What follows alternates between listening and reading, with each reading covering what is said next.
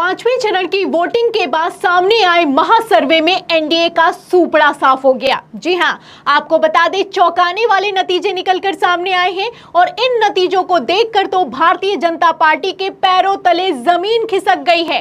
मोदी शाह तो इतनी टेंशन में दिखाई दे रहे हैं कि भरे मंच पर और रोड शो में भी अपनी बौखलाहट को कंट्रोल नहीं कर पा रहे हैं। प्रधानमंत्री नरेंद्र मोदी भरे मंच पर भड़कते हुए नजर आ रहे हैं, वहीं दूसरी तरफ गृह मंत्री अमित शाह रोड शो में चिल्ला रहे हैं। तो दो सर्वे निकलकर सामने आए हैं, महासर्वे निकलकर सामने आए हैं और इन दोनों के दोनों सर्वे में बीजेपी का सूपड़ा साफ हो गया है।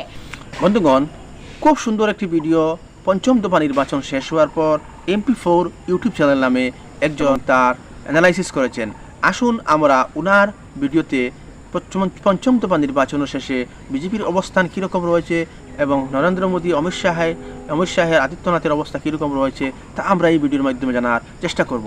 মাত্র সংক্ষিপ্ত ভিডিও, মাত্র 5 থেকে 6 মিনিটের হবে। আশা করি আপনারা ধৈর্য সহকারে ভিডিওটা দেখার চেষ্টা করবেন। আসুন আমরা এবার ভিডিওটা দেখি। 400 पार तो दूर की बात है, 200 के भी लाले पड़े हुए हैं। तो क्या चौंकाने वाले नतीजे निकलकर सामने आए हैं? इंडिया गठबंधन कितना मजबूत हुआ है और एनडीए कितना कमजोर हुआ है, आपको एक एक सर्वे दिखाएंगे, क्योंकि ये वो सर्वे हैं जो कि सरकार बना भी सकते हैं, सरकार गिरा भी सकते हैं। तो सर्वे पर बात करेंगे, लेकिन उसके पहले तस्वीरें दिखाते हैं कि इस सर्वे को देखने के बाद मोदी शाह का क्या हाल हो चुका है।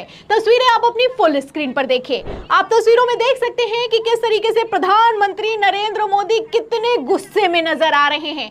एक तरफ सर्वे देखा है, वहीं दूसरी तरफ तुरंत प्रयागराज में रैली करने के लिए पहुंचे हैं।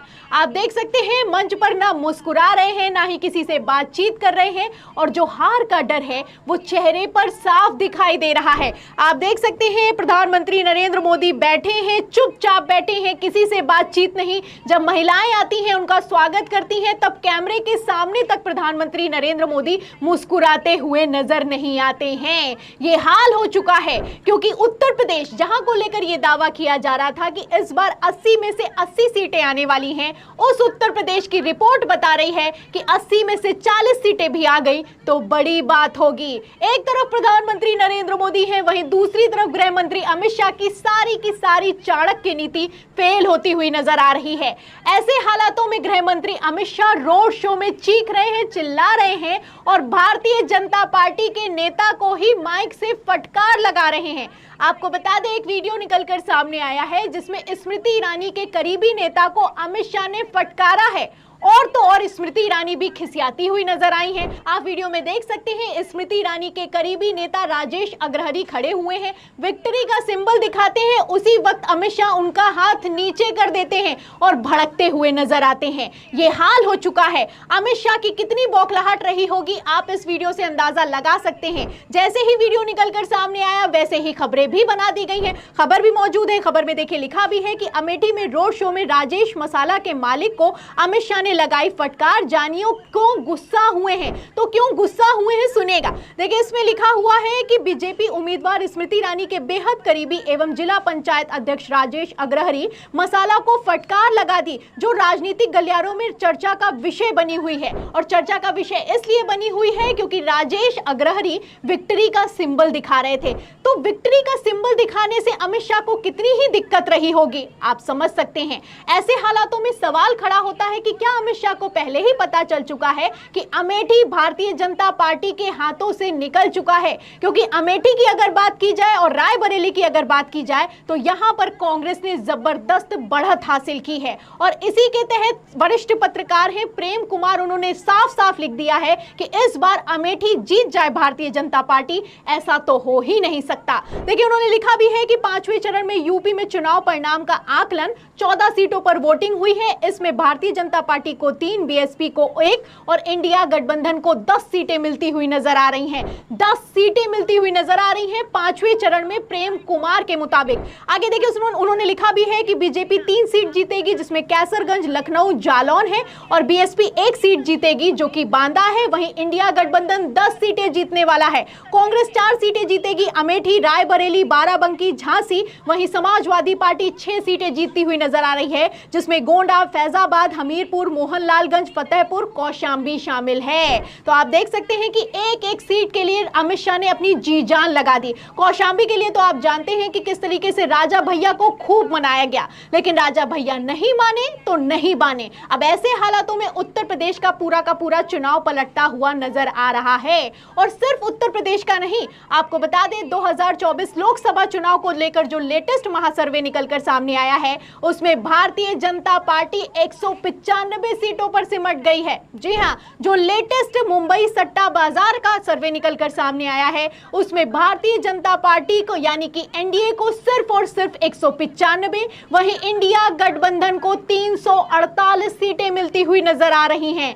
अब आप इस सर्वे से अंदाजा लगा सकते हैं कि आखिर रुझान किस तरफ जा रहे हैं। देखिए, इसमें साफ साफ लिखा हुआ है कि महाराष्ट्र की 48 सीटों में से इंडिया गठबंधन को 30, बीजेपी को 18 सीटें मिलने वाली हैं। राजस्थान की अगर बात की जाए, जहां पर भारतीय जनता पार्टी यह दावा कर रही है कि 25 में से 25 सीटें आएंगी, वहां पर आप देख सकते हैं कि इंडिया गठबंधन को 10 और भारतीय जनता पार्टी को 15 सीटें मिलती हुई नजर आ रही हैं। और ऐसा ही कुछ राजस्थान के फलौदी सट्टा बाजार ने भी अनुमान लगाया था। आगे देखिए, उत्तर प्रदेश की अगर बात की जाए, जहां पर सबसे ज्यादा लोकसभा सीटें होती हैं 80, वहां पर इंडिया गठबंधन को 38 और भारतीय जनता पार्टी को 42 सीटें मिलती हुई नजर आ रही हैं। दिल्ली की बात की जाए तो 7 में से 3 इंडिया गठबंधन को और बीजेपी को 4 सीटें मिलती हुई नजर आ रही हैं। हरियाणा में भी आप देख सकते हैं कि 10 सीटें हैं, इंडिया गठबंधन को 5 और बीजेपी को 5 मिलती हुई नजर आ रही हैं। वैसे भी हरियाणा और दिल्ली का चुनाव पलट गया है जब से अरविंद केजरीवाल को जमानत मिली है। बाहर आए हैं, चुनाव प्रचार कर रहे हैं। आगे सुनिए, इसमें लिखा भी है, पंजाब को लेकर भी लिखा हुआ है कि 13 सीटें होती हैं, इसमें इंडिया गठबंधन को 12 सीटें मिलती हुई नजर आ रही हैं, वहीं भारतीय जनता पार्टी को सिर्फ और सिर्फ 1 सीट मिलती हुई नजर आ रही है। ऐसे में भारतीय जनता पार्टी 400 पार तो क्या 200 पार भी करती हुई नजर नहीं आ रही है मुंबई सट्टा बाजार के मुताबिक। और मुंबई सट्टा बाजार से इतर मैं आपको बता दूं कि अखिल भारतीय पत्रकार एवं लेखक संघ ने एक्सपर्ट्स का भी एक आंकलन निकलकर सामने आया है, और जो ये आंकलन है इसने भारतीय जनता पार्टी को तगड़ा झटका दिया है। क्योंकि मैं आपको बता दूं, इसमें वरिष्ठ पत्रकार भी शामिल हैं, राजनीतिक विश्लेषक भी शामिल हैं, एक्सपर्ट्स भी शामिल हैं, और उन एक्सपर्ट्स ने यह अनुमान लगाया है कि एनडीए गठबंधन को 2024 लोकसभा चुनाव में 250 सीटें मिलने वाली हैं, वहीं इंडिया गठबंधन को 253 सीटें मिलने वाली हैं। तो आप देख सकते हैं कि किस तरीके से हर एक सर्वे में, चाहे वो सट्टा बाजार हो, चाहे सर्वे हो, चाहे ग्राउंड रिपोर्ट हो, चाहे पब्लिक पोल हो, इंडिया गठबंधन मजबूत होता हुआ नजर आ रहा है। और तो और मैं आपको बता दूं, CSDS जो सर्वे बनाते हैं, जिनका नाम है संजय कुमार, आप जानते ही होंगे,